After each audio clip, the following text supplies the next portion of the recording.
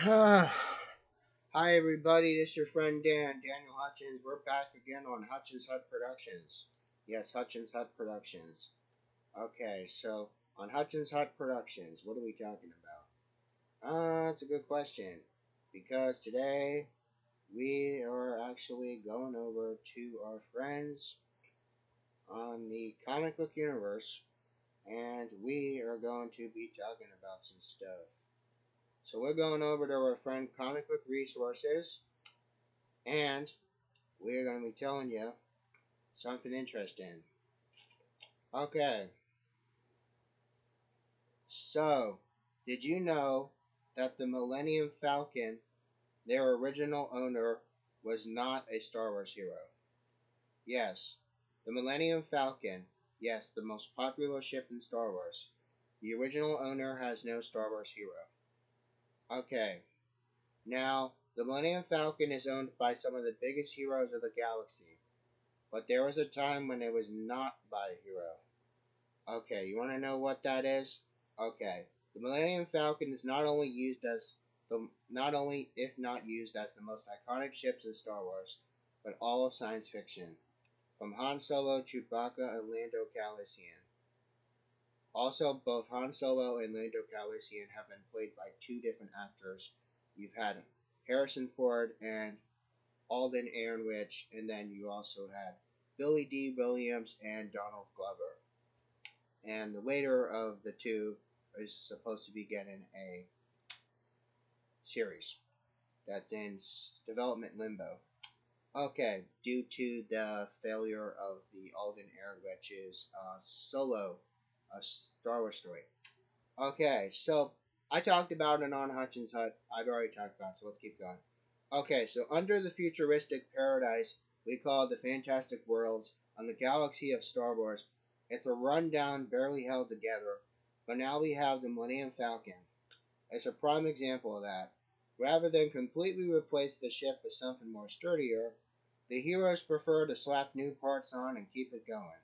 It's hard to imagine a time when you don't have the Millennium Falcon and it's not shiny and it's not fresh and new. But this is updated yesterday, on Valentine's Day, 2024, yesterday. Okay, now, again, but this was actually long, long time ago, before Millennium Falcon fell into Han Solo. After, he had beat his space poker game with his friend Lando Calrissian, as we saw in the 2018 Solo Star Wars story. How Han Solo was acted as younger, and also Lando Calrissian, his friend, was acted younger. Both starred with Alden Ehrenreich and Donald Glover. The later of the two, Donald Glover, is supposed to be he's supposed to have a series, but it's been held off because all these years because Solo wasn't so good. But okay, but before the Clone Wars, this was actually built before the Clone Wars, and the Millennium Falcon is actually a YT 1300F light freighter. This is one of the cargo ships owned by the Corellian Engineering Corporation, and it's also one of the largest shipping companies in all the galaxy of Corellia. Because the Millennium Falcon actually is Corellian.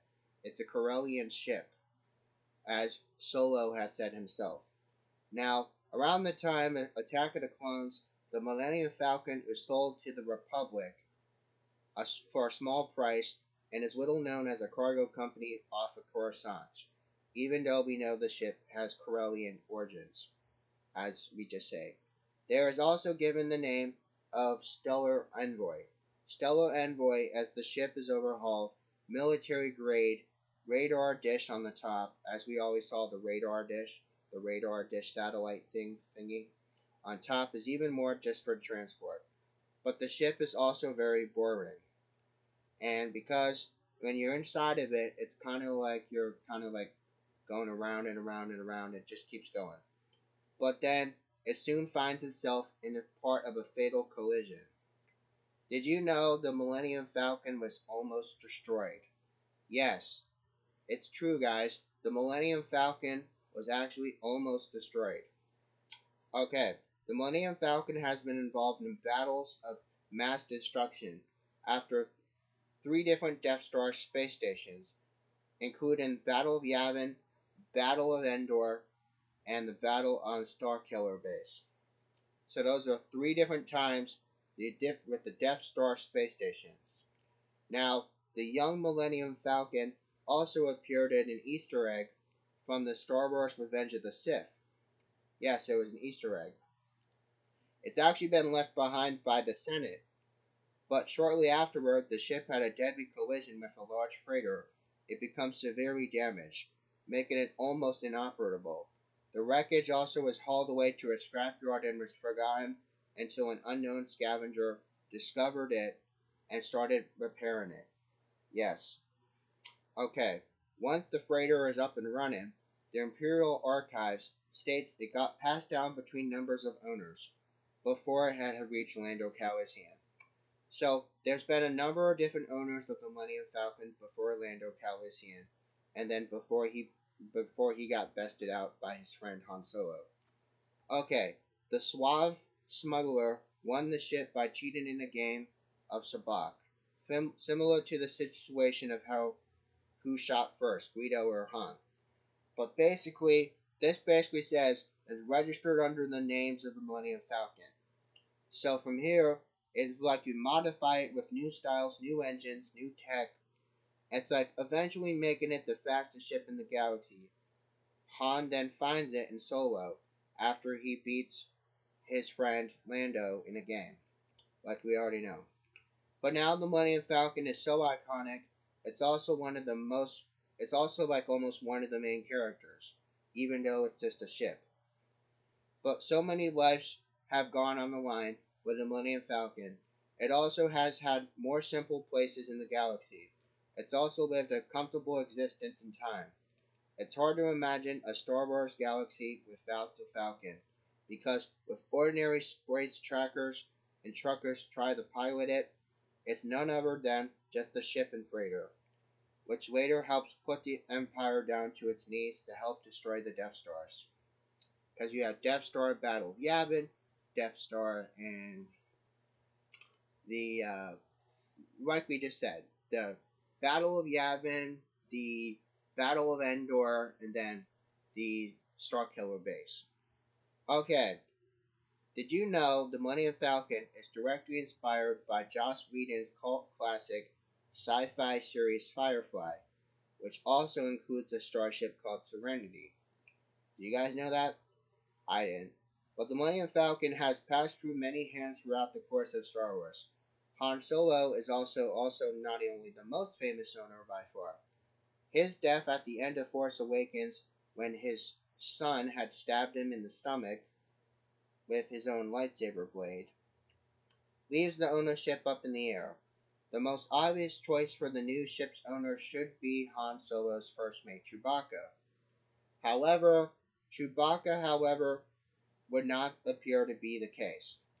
Although we've had Rey, Chewbacca, and Poe all seem to be piloting the Millennium Falcon somewhere after Han Solo was killed by Sen, once he was killed by his son in The Force Awakens, it would appear that the ship is passed on to Rey until the future, unless told or changed otherwise.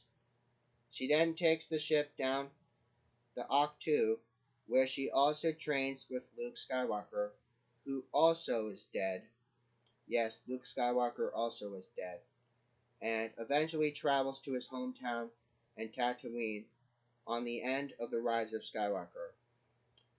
How exactly this works is unclear, but it still has to have it may have had Han's wish to pass down the ship to the next generation of galaxy heroes rather than his friend Chewie, which is not fair and it's not right, but apparently that's what Star Wars did.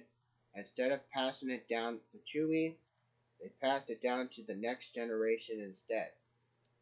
Now, the Millennium Falcon may not have been intended to be a great vessel in construction, but it's easily one of the most important ships in all the galaxy and arguably all of sci-fi. The iconic ship may also show up somewhere in anyone's guess, but its voyages are not over yet. Okay, so we know the first appearance of the Millennium Falcon in Star Wars was all the way back in 1977, Episode 4, which later was called The New Hope. Okay, so I hope you guys had a little bit of some history learned from that. I know I did, a little bit, because I already knew some of the stuff about the Solo stuff and the Lando stuff. So I wanted to just tell you, just in case y'all might be forgotten it, the Millennium Falcon's original owner was not a Star Wars hero. And, by the way, it goes all the way back before the Clone Wars.